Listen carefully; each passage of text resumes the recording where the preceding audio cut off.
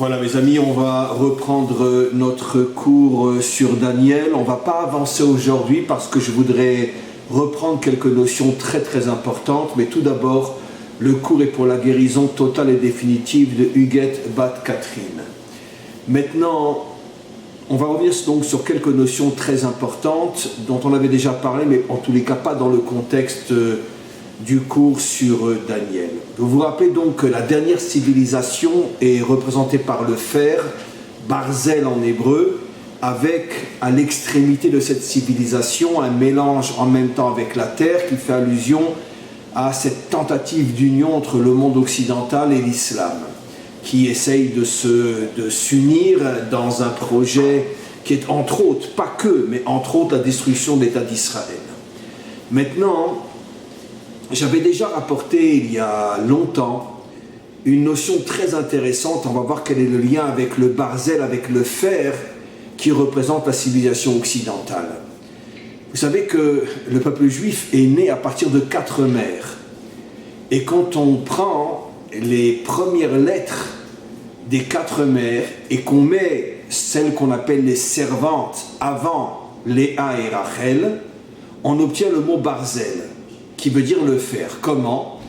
Le bête de Bilha, qui était la servante de Rachel, donc bête, et après le resh de Rachel, c'est-à-dire donc que la servante est avant Rachel, et puis après le Zaïn, qui Zilpa, qui était la servante de Léa Lamed, Barzel. On arrive à quelque chose d'extraordinaire. Ça veut dire que quand on prend les 4 mères d'Israël, mais qu'on met les servantes avant les mères principales, qui sont donc Rachel et Léa, on obtient donc le mot Barzel. Qu'est-ce que cela veut dire? À quoi ça fait allusion? De nombreux maîtres ont parlé de cette notion-là. Entre autres, il y a un Mahamar, une explication chassidique très très connue du Rabbi de Lubavitch qui parle de cela aussi. Et on va expliquer à notre niveau. En vérité, qu'est-ce que représentent dans les codes de la Torah les 4 mères fondatrices des 12 tribus d'Israël, dont 2, Rachel et Léa, sont appelées, on pourrait dire, les vraies mères, tandis que les autres sont les servantes. Qu'est-ce que ça veut dire? Bon, alors, évidemment, le problème, c'est qu'à partir du moment où j'ai traduit en français, ça y est, on s'est écroulé. On va essayer de comprendre en hébreu. Shifra en hébreu. Traduit malheureusement en français, on a complètement tout détruit en traduisant par servante. Mais à quoi ça fait allusion? Alors j'avais expliqué dans un cours il y a très longtemps que ça fait allusion aux 2 dimensions, la dimension spirituelle et la dimension matérielle. La dimension matérielle est appelée dans la Torah Shifra, alors que la dimension spirituelle est appelée d'une manière plus noble, ce que j'ai traduit moi par les vraies mères ou les vraies épouses. Les vraies épouses de Yaakov étaient Rachel et Léa, mais enfin surtout Rachel, mais Léa aussi, tandis que les autres sont appelées les servantes, encore une fois en français. Alors, les commentaires expliquent, le rabbi explique lui aussi dans son commentaire sur le mot Barzel, justement sur le fer. Et après, on va voir quel est le lien, bien sûr, avec la civilisation de Esav, la civilisation occidentale. C'est qu'il va y avoir une révolution dans le monde de la délivrance. On en a souvent parlé. Dans le langage chassidique, on dit que les Atid Lavo, dans le monde à venir, Aneshama Titparnes Minagouf, l'âme qui est spirituelle, se nourrira, recevra sa nourriture, c'est-à-dire recevra ses forces du corps. Sous-entendu que le corps sera au-dessus de l'âme. Dans un autre langage, la dimension matérielle sera au-dessus de la dimension spirituelle. Pourquoi? Comme je l'ai souvent expliqué, parce qu'en vérité, le Or Haganouz, la lumière cachée, qui est la lumière infinie d'Hachem, cette lumière est précisément cachée dans le monde matériel. Comme elle est cachée dans le monde matériel, aujourd'hui, le monde matériel nous apparaît comme quelque chose de très bas, de très négatif. Toutes les tentations, toutes les séductions, le culte de l'ego, tous les défauts se trouvent dans la matière. Mais le jour où la lumière cachée se dévoilera de l'intérieur même de la matière, on s'apercevra que finalement la matière va s'élever au-dessus même de ce que nous appelons aujourd'hui la dimension spirituelle. Et ça serait une révolution absolument incroyable à laquelle font allusion nos maîtres dans le Talmud, puisqu'ils disent que dans le monde à venir, Aelionim le mata ve'atartonim le ma'ala, tout ce qui est en haut dans ce monde sera en bas, et tout ce qui est en bas dans ce monde sera en haut. Et l'une des explications est que le monde matériel que nous voyons comme tout en bas sera en haut, et le monde spirituel que nous voyons comme en haut sera en bas. Et donc, on comprend aussi qu'au niveau des mères, il y a donc 4 mères, 2 mères, Rachel et Léa, qui représentent plus la dimension spirituelle, et celles qu'on appelle les Shifrot, les 2 servantes, qui représentent plus la dimension matérielle. Alors, dans le contexte biblique, qui est finalement le contexte de notre monde jusqu'à la délivrance, c'est la raison pour laquelle on les appelle les servantes, comme pour dire qu'elles sont inférieures à Rachel et Léa. Mais le rabbi explique, et d'autres commentaires expliquent, qu'en vérité, que dans le monde à venir, où, d'une certaine manière, l'emblème sera Barzel, le fer, à ce moment-là, les servantes sont nommées avant les mères principales, comme pour dire qu'elles sont plus importantes que les mères principales, c'est-à-dire que la dimension matérielle prendra le dessus sur la dimension spirituelle. Ça serait une révolution totale. Alors évidemment que la dimension matérielle du monde de la délivrance n'aura rien à voir avec la dimension matérielle d'aujourd'hui. C'est-à-dire, ça ne sera évidemment pas le monde de l'ego, de l'orgueil, des tentations, des séductions, du pouvoir, de l'argent et de toutes les saletés de ce monde matériel tel qu'il est aujourd'hui. Parce qu'on parle que la lumière cachée va se dévoiler.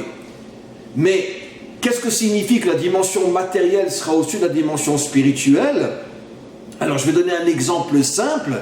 Par exemple, quelqu'un qui sera un croyant, mais qui en même temps travaillera, et travaillera d'une manière propre, d'une manière morale, avec une émouna, avec une confiance absolue en Hachem, au point qu'il préférerait perdre 1 million plutôt que de rouler une personne dans les affaires, cette personne-là sera beaucoup, infiniment plus haute que celui qui n'est qu'un enseignant de Torah, qui ne fait que étudier ou qu'enseigner. Aujourd'hui, dans notre conception des choses, un maître de la Torah semble plus grand que celui qui est lié à ce monde matériel, même si il est aussi un croyant.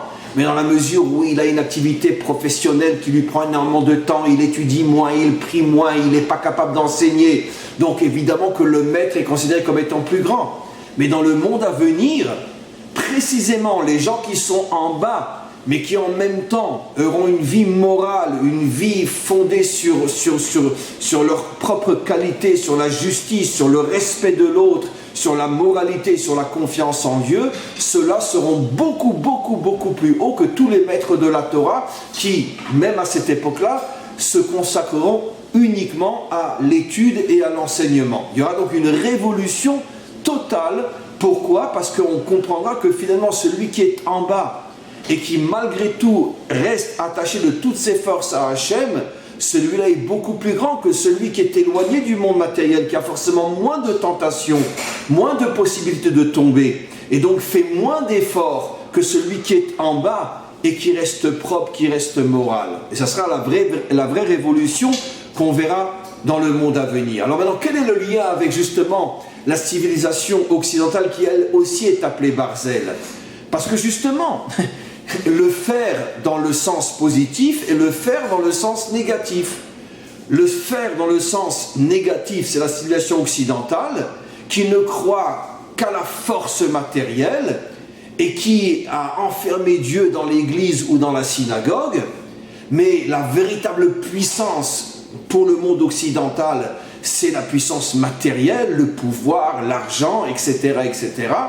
C'est pour ça que cette civilisation est comparée au fer, puisque le fer, c'est l'instrument finalement de tout ce qui permet l'évolution technologique et l'évolution du monde moderne, qui fondamentalement est fondé sur le fer, les armes et tout ce qui est en fer. Et donc, il y a le côté négatif du fer, qui est la matière, un point, c'est tout. Mais dans le monde de la délivrance, effectivement, le fer sera plus important que la spiritualité, mais le fer dans lequel se dévoilera la lumière cachée la lumière En Sof, la lumière infinie du maître du monde, qui se trouve justement cachée à l'intérieur du monde matériel, et on se rendra compte que justement une activité qui est à la fois spirituelle et matérielle donne beaucoup plus de force et beaucoup plus de grandeur à l'homme par rapport à celui qui n'a qu'une activité spirituelle et qui n'a pas d'activité matérielle. Donc finalement, on pourrait dire que le fer de la sainteté prendra le dessus sur le fer de la débauche et le fer de l'orgueil. Maintenant, je vais revenir sur une autre notion importante aussi. On a vu que cette pierre qui frappera la statue et qui la fera tomber va se transformer en immense montagne qui remplira la terre tout entière. Alors à quoi ça fait allusion? On ne l'a pas expliqué. Alors là aussi on a une notion absolument extraordinaire. C'est que nos maîtres expliquent que le mot Even en hébreu est la contraction du mot Av Ben, le père et le fils. Quand vous prenez le mot le père et le fils, vous contractez ces deux mots, vous avez le mot Even. Donc le mot Even fait allusion à l'union entre le père et le fils. Comme par hasard, qu'est-ce que dit le dernier prophète qui prophétise ce qui va se passer au moment de la délivrance finale? Qu'est-ce qu'il dit? C'est la dernière de toutes les prophéties, le dernier verset de toutes les prophéties. Je ramènerai le cœur des pères aux fils et le cœur des fils aux pères. C'est-à-dire que je reconstruirai la famille. Quand on parle du père, ça inclut bien sûr aussi la mère, bien évidemment. Et donc finalement, toutes les prophéties d'Israël se terminent par cette vision de ce qui se passera et ce qui permettra la reconstruction du monde au moment de la délivrance finale, l'union, la réunion à niveau à l'intérieur des familles entre les parents et les enfants. Maintenant, et ça c'est la pierre qui va faire tomber toutes les civilisations, tel qu'on l'expliquait dans le précédent cours. Est-ce que vous comprenez le message fabuleux? Mais comme on le voit, quel est le grand combat du monde occidental aujourd'hui, la civilisation de Esav? La destruction de la famille. C'est le projet fondamental, la destruction de l'identité nationale, c'est-à-dire de la famille nationale. Puisque comme je l'avais rapporté, dans la Torah, une nation s'appelle Mishpacha, une famille. C'est ce qui a été dit à Abraham, seront bénies par toi toutes les familles de la terre. Et les commentaires font remarquer qu'il n'est pas dit toutes les nations de la terre, mais toutes les familles de la terre, pour nous faire comprendre que la force d'une nation, c'est justement cette entité familiale. Qu'est-ce que fait le monde occidental aujourd'hui? La destruction de la nation par ces mélanges de toutes sortes de personnes qui viennent d'endroits différents, de religions différentes, de cultures différentes, d'histoires différentes, de manière à détruire l'identité nationale. Et aussi au niveau du micro, la destruction de la famille. Plus de mariage, tellement de divorces, on considère que 2 hommes mariés ou 2 femmes mariées, c'est un mariage qui équivaut à un mariage normal, les enfants faits n'importe comment et n'importe où, avec des mères porteuses ou je ne sais quoi, transplantation d'ovules, bref, on fait tout pour que la notion de famille soit détruite. Et c'est le dernier grand combat du monde occidental. Pourquoi le monde occidental plutôt? Pas le monde occidental. Les dirigeants occidentaux veulent détruire la famille, on le sait très bien, parce que quand il n'y aura plus de famille et plus d'identité nationale, l'homme ne saura plus pourquoi il existe, ce sera beaucoup plus facile de le transformer en esclave, qui est le véritable projet de nos dirigeants dans lequel on vient de rentrer maintenant avec ce fichu Corona qui n'est qu'une invention pour arriver petit à petit à transformer toute l'humanité en esclave. Mais ça, on en a déjà parlé, on en reparlera. Mais donc, c'est quoi cette pierre qui va détruire la civilisation occidentale et toutes celles qui sont derrière? C'est la réunion à nouveau entre le père et le fils. Ça veut dire donc finalement la reconstruction de la famille. Cette pierre qui mettra fin à tout ce mensonge occidental, c'est justement le respect, la reconstruction de la famille. Un mari, une épouse, un fils et une fille. La famille fondamentale. Ça veut dire que notre vrai combat, et ça je m'adresse au monde entier, notre vrai combat contre le mal qui devient de plus en plus fort et de plus en plus dangereux, toute cette conspiration des imminences grises qui se cachent derrière les dirigeants et qui veulent nous transformer en esclaves, notre vrai combat c'est s'attacher de toutes nos forces à la famille. La paix dans le couple, le respect entre les parents et les enfants, et la famille dans le sens véritable du terme, et n'ayons pas honte de le dire et pas peur de le dire, un homme, une femme, un fils et une fille. Ça, c'est la pierre qui fera tomber le monde occidental. Et le monde occidental le sait. Et c'est la raison pour laquelle ils font tout, les dirigeants, pour faire tomber justement la famille. Et c'est cette pierre qui est la contraction entre le père et le fils qui fera tomber tous ces mensonges-là. Donc encore une fois, c'est le deuxième message de ce cours. Le premier message, c'était donc, comme je l'ai expliqué, la notion de faire, de comprendre l'importance de la vie matérielle d'une manière propre, juste, authentique et spirituelle. Cette vie authentique dans le monde matériel sera au-dessus du monde spirituel. Deuxième message, que nous devons mettre toutes nos forces, toute notre intelligence, toute notre sagesse dans le respect et la construction de la famille, parce que c'est l'arme qui finira par faire tomber tous les mensonges de ce monde. Maintenant, on comprend pourquoi cette pierre va devenir une montagne. Une montagne, c'est quelque chose que tout le monde voit, et même de très très loin. Ça veut dire que la famille va retrouver sa place de montagne. On prendra conscience que finalement, que tous les problèmes que nous avons eus dans l'histoire, toutes les destructions, toutes les guerres, toutes les idolâtries, toutes les perversions, toutes les catastrophes de l'histoire, tout vient de la fissure à l'intérieur de la famille. Exactement de la même manière que quand on fissure un atome, il y a une explosion qui détruit tout, une explosion nucléaire. La famille est appelée par nos maîtres l'atome de la création tout entière, l'atome de l'humanité tout entière. Lorsque l'on fissure la famille, à ce moment-là, il y a une explosion qui amène des destructions inimaginables. Et donc, encore une fois, vous comprenez maintenant pourquoi la première lettre de la Torah, c'est la lettre Bet. La lettre Bet, Bait, qui veut dire la maison, qui veut dire la famille. Pourquoi la Torah commence par une lettre qui fait allusion à la famille? Pour bien nous faire comprendre que s'il n'y a pas de famille, il n'y a pas de Torah, il n'y a rien, il n'y a pas de connexion à Dieu, il n'y a rien. Un homme seul ne peut en aucun cas être connecté à Dieu. C'est absolument impossible, totalement faux. Il n'est connecté qu'à ses fantasmes et à ses illusions. Un homme divorcé, une femme divorcée, une famille dans laquelle il n'y a pas de paix dans le couple, il n'y a pas de respect entre les enfants et les parents, même s'ils étudient la Torah toute la journée, même s'ils prient toute la journée, ils n'ont aucune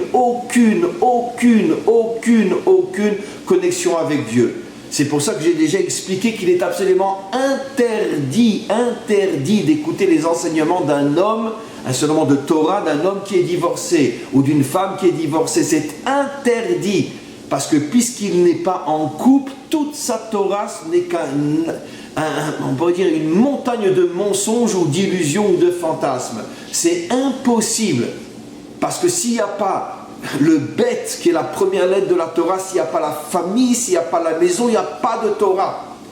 Et ça c'est le grand combat. C'est le combat que l'un des premiers qui a mené ce combat, c'était Lavan. Rappelez-vous Lavan, quand il a poursuivi Yaakov, quand Yaakov partait avec sa famille, qu'est-ce qu'il lui a dit quand il l'a retrouvé? Il a dit, tes femmes sont mes enfants, tes enfants sont mes enfants, tout est à moi, tout ce que tu as c'est à moi. C'est-à-dire qu'il ne voulait pas laisser Yaakov partir avec sa famille et ses enfants. Parce que Lavan savait que la force de la réussite du bien commence par une structure familiale authentique. C'est la raison pour laquelle il a mis aussi Léa avant Rachel. Lavan s'est constamment attaqué à la famille de Yaakov, qui est finalement la racine, la matrice du peuple juif. Et qu'est-ce qu'a fait Pharaon aussi? Pharaon aussi pour d'autres raisons, mais jeter les enfants dans le Nil. Et il savait très bien qu'en jetant les enfants dans le Nil, comme si la mère va voir son enfant jeté sans sauter elle aussi à l'eau, comme j'ai déjà dit. Et quand le mari va voir que sa femme saute à l'eau, il va sauter lui aussi. Et les grands-enfants vont sauter lui aussi. C'est pas seulement les premiers-nés, les enfants qui naissaient qu'on jetait dans l'eau. C'est des familles entières qui disparaissaient. Quel était le projet de Pharaon? À nouveau la destruction de la famille. Parce qu'il sait très bien que si le peuple juif perd la famille, automatiquement il perd sa force. Et c'est vrai pour toutes les nations. L'affaiblissement des nations est la conséquence directe de l'affaiblissement des familles. Et donc c'est ça notre pierre, c'est ça notre arme. Et c'est pour ça encore une fois que cette pierre va devenir une montagne où tout le monde se rendra compte que la valeur qui est au-dessus de toutes les autres valeurs, c'est la famille. Ça veut dire que, encore une fois, je me répète, je le sais, quand tu vois un homme qui enseigne la Torah ou quelqu'un qui a l'air d'être un modèle, fais ton enquête, renseigne-toi comment il est chez lui à la maison. Parce que si tu t'aperçois que chez lui à la maison, c'est pas ça, alors ferme tes oreilles, ferme tes yeux, ferme ton nez, ferme ta bouche, fuis, enfuis-toi. Il ne peut que transmettre des mensonges, rien d'autre que des mensonges. Et croyez-moi que derrière toutes les belles vitrines de ce monde, mieux vaut ne pas rentrer dans le magasin. Parce qu'on ne va pas croire ce qu'on va voir. Comment tel homme qui enseigne tellement bien, qui a l'air d'être un tellement grand modèle, mais comment il est chez lui à la maison, qu'à Dieu ne plaise. C'est ça le seul et unique critère. Un homme bien, une femme bien, sont uniquement ceux qui ont réussi leur vie familiale. Alors attention, quand je dis réussir la vie familiale, ça ne veut pas dire que c'est forcément parfait dans le sens paradisiaque. Et je vous signale que même Abraham a mis au monde un fils qui s'appelait Ishmaël. Je vous signale que même Yitzhak a mis au monde un fils qui s'appelait Esav. Je vous signale que David Améler a eu un fils qui a voulu le tuer, Avshalom. Il a voulu tuer son père. Donc, comme je dis toujours, nous sommes des planteurs de graines. Le résultat, il n'est pas toujours entre nos mains. Ça veut dire qu'il y a aussi des choses qui nous dépassent. Je suis sûr que David n'a jamais pu comprendre pourquoi il a mis au monde un fils qui a voulu le tuer. Mais ce qui est sûr, c'est que nous devons investir le meilleur de nous-mêmes dans la construction du couple et de la famille. Après, ce qui sort, il y a aussi, comme dit le verset, mes pensées ne sont pas les vôtres et ma volonté n'est pas la vôtre. Hachem a son propre plan, il a ses propres chemins et des fois, même si on met le meilleur de nous-mêmes pour réussir quelque chose, on ne le réussit pas forcément. Mais on doit faire le maximum pour réussir. Le maximum. Ça, c'est notre travail. Comme disent nos maîtres, tu ne peux pas être sûr du résultat, mais tu n'as pas le droit de te dire « alors je ne commence pas ». Tu dois commencer. Le résultat, c'est entre les mains d'Hachem, mais tu dois commencer. Donc, en vérité, ces 4 civilisations sont fondées sur la destruction de la cellule familiale. La débauche, l'infidélité, le conflit entre parents-enfants. Mais c'est surtout la dernière civilisation, celle dans laquelle on vit aujourd'hui, qui va pousser cette lutte de la destruction de la famille jusqu'à des niveaux qu'on n'aurait même pas pu imaginer dans les générations précédentes. Voilà donc ce que je voulais rajouter au sujet donc de tout ce qu'on a vu sur la vision de Daniel sur cette statue. Et avec l'aide du Maître du Monde, on continue ce cours très prochainement.